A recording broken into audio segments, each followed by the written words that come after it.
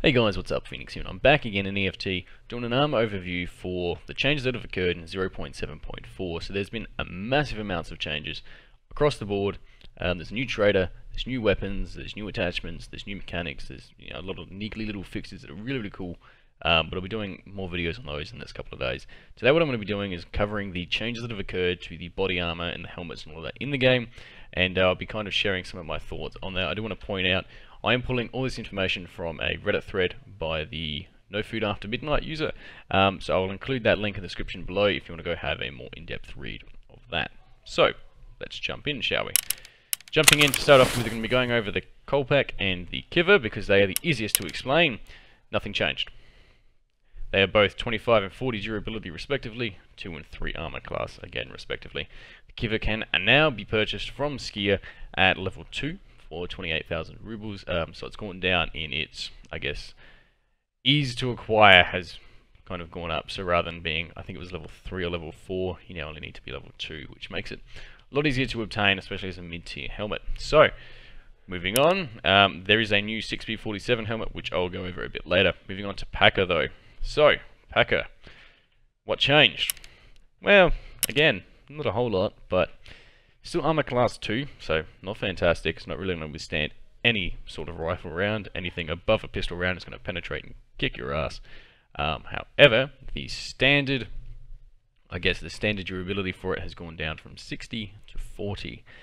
Now, as you can see right here, I've got Packer with 56.5 durability. So this is Packer that I'd purchased pre-patch, and this was just sitting in my stash. So anything you had sitting in your stash pre-patch will likely still repair to its old durability. For example, down here, 58 out of, well, 58, but 63, fort and all of that is still at its max level, 70 out of 70, so that's at its max level pre-patch.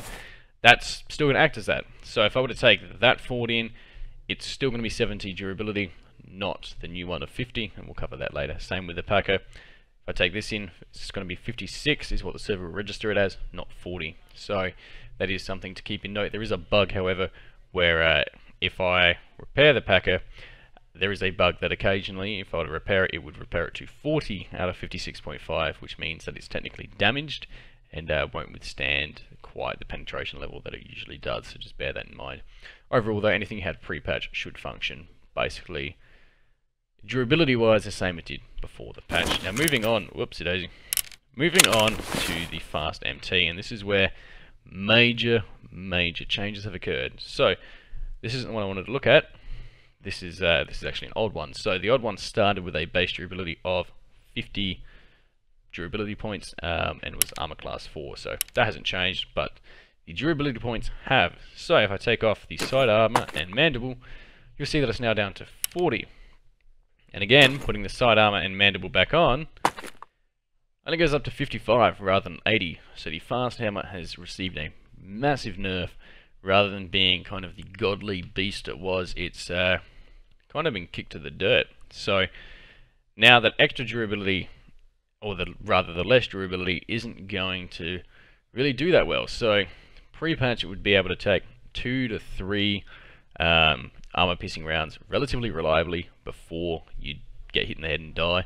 However, with the changes that have occurred, it's now looking somewhere in the realm of 1 to 2 shots before the third's going to penetrate and kill you. So, what's my recommendation in terms of the fast helmet? Don't use the side armor or the mandible anymore. It's basically completely useless.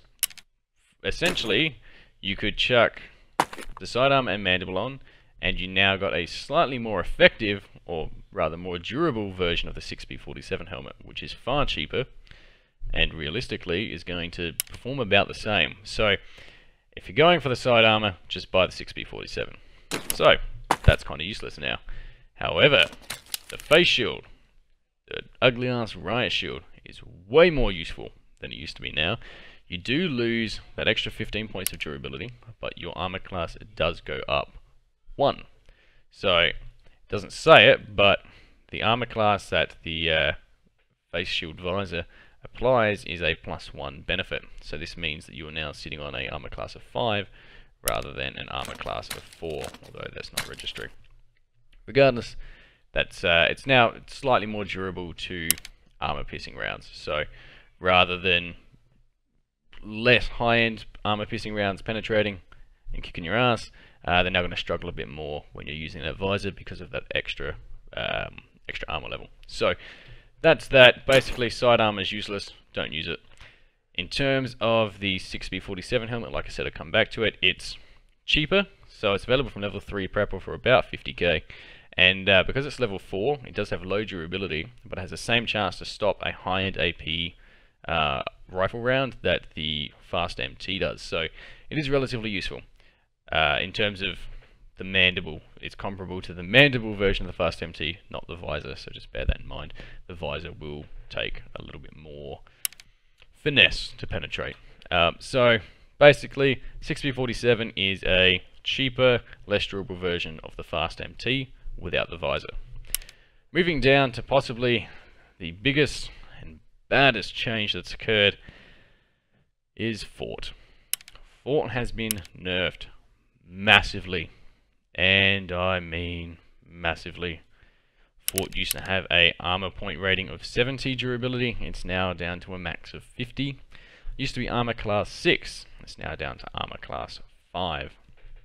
This means that essentially Fort is now going to be taking about 2 to 3 less rounds to penetrate and to deal some serious damage than it used to. So what it's really done is made a significant difference between high-end armor-piercing rounds and your average PS rounds. So your AP rounds will go through Fort like butter, without issue, while your non-armor-piercing, so your PS rounds, will go through, they'll struggle a bit more. So there has been a change in terms of what it takes to acquire. So rather than 7 gold chains, it's only 5. However, it's incredibly difficult to obtain, considering it's been nerfed that hard. So that's basically the biggest issue I have. Overall, I think the rest of the changes to the helmets are pretty cool. The 6B47 acts as kind of a bridge between the Kiver and the Fast MT. I think the Fast MT with the mandible is kind of a little useless, so I wish they would kind of bump that back up a bit, but the Fast MT with a visor is relatively useful, so that's kind of what I'll be running stock from now on when I'm doing high tier loadouts. Packer being lowered in durability, a little annoying, but again, really the only thing Packer stops is pistol rounds anyway. My biggest issue is with the Fort change, because Fort is your top tier thing. You know, it's the big dog.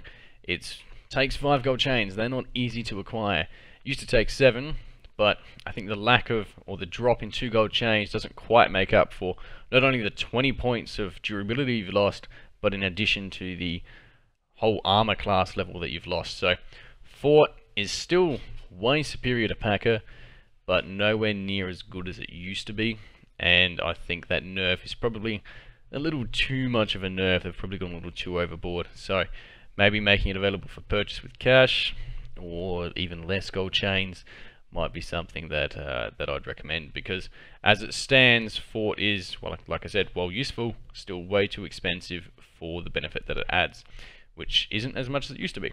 So anyway, guys, that's kind of all the changes that have occurred in terms of armor and my thoughts on them. I hope you guys enjoyed. I am curious to see what you guys thought. So if you like the video, hit the like button. But like I said, I'm curious to see what you guys thought. So chuck that in the comments below, what you think in terms of the changes to the armor, to the helmets, and all that fun stuff. So chuck that in the comments below, because I want to see what you guys have to say. Anyway, like I said, thanks for watching. Hope you enjoyed. Remember to hit that like button and the subscribe button, and I'll catch you guys tomorrow.